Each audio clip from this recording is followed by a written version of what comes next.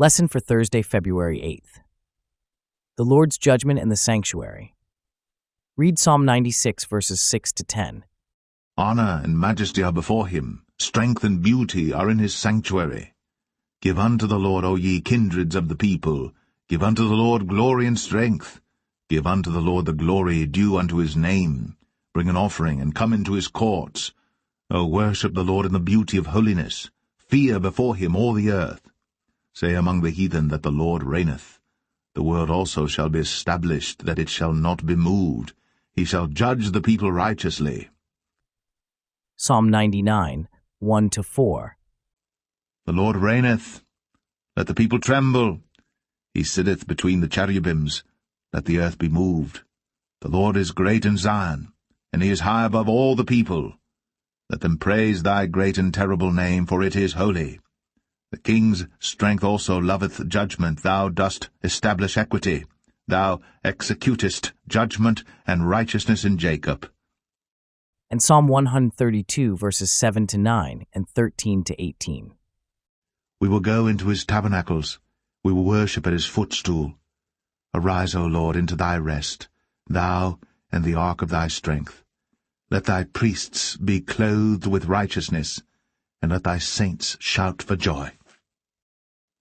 For the Lord hath chosen Zion, he hath desired it for his habitation. This is my rest for ever. Here will I dwell, for I have desired it. I will abundantly bless her provision. I will satisfy her poor with bread.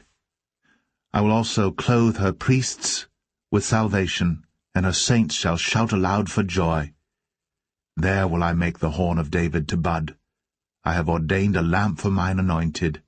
His enemies will I clothe with shame, but upon himself shall his crown flourish. Where does God's judgment take place, and what are the implications of the answer for us? How does the sanctuary help us understand how God will deal with evil? The Lord's judgment is closely related to the sanctuary.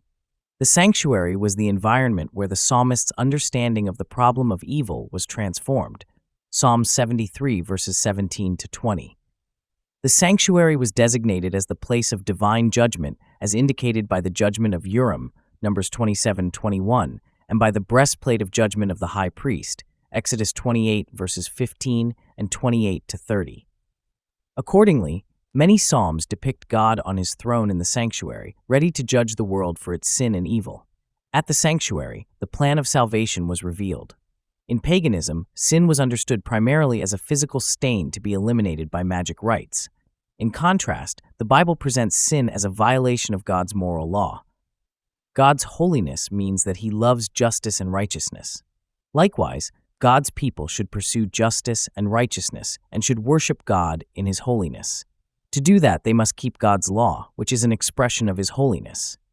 Thus, the sanctuary is the place of forgiveness of sin and restoration of righteousness as indicated by the mercy seat of God's throne and the sacrifices of righteousness, Deuteronomy 33:19, Psalm 4, verse 5. Yet, the God who forgives takes vengeance upon the wicked deeds of unrepentant people, Psalm 99:8. The practical implications of the sanctuary being the place of divine judgment are seen in the constant awareness of God's holiness and demands for righteous living according to God's covenantal requirements. The Lord's judgment from Zion results in the well-being of the righteous and the defeat of the wicked, Psalm 132, verses 13 to 18.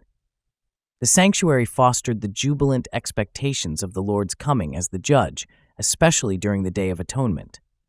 Likewise, the Psalms strengthen the certainty of the impending arrival of the divine judge, Psalm 96:13, Psalm 98, verse 9, namely, Jesus Christ in the heavenly sanctuary, Revelation 11, verses 15 to 19.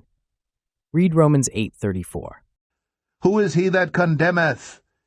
It is Christ that died, yea, rather, that is risen again, who is even at the right hand of God, who also maketh intercession for us. How does this verse show us that what Christ is doing in the heavenly sanctuary is good news for his people?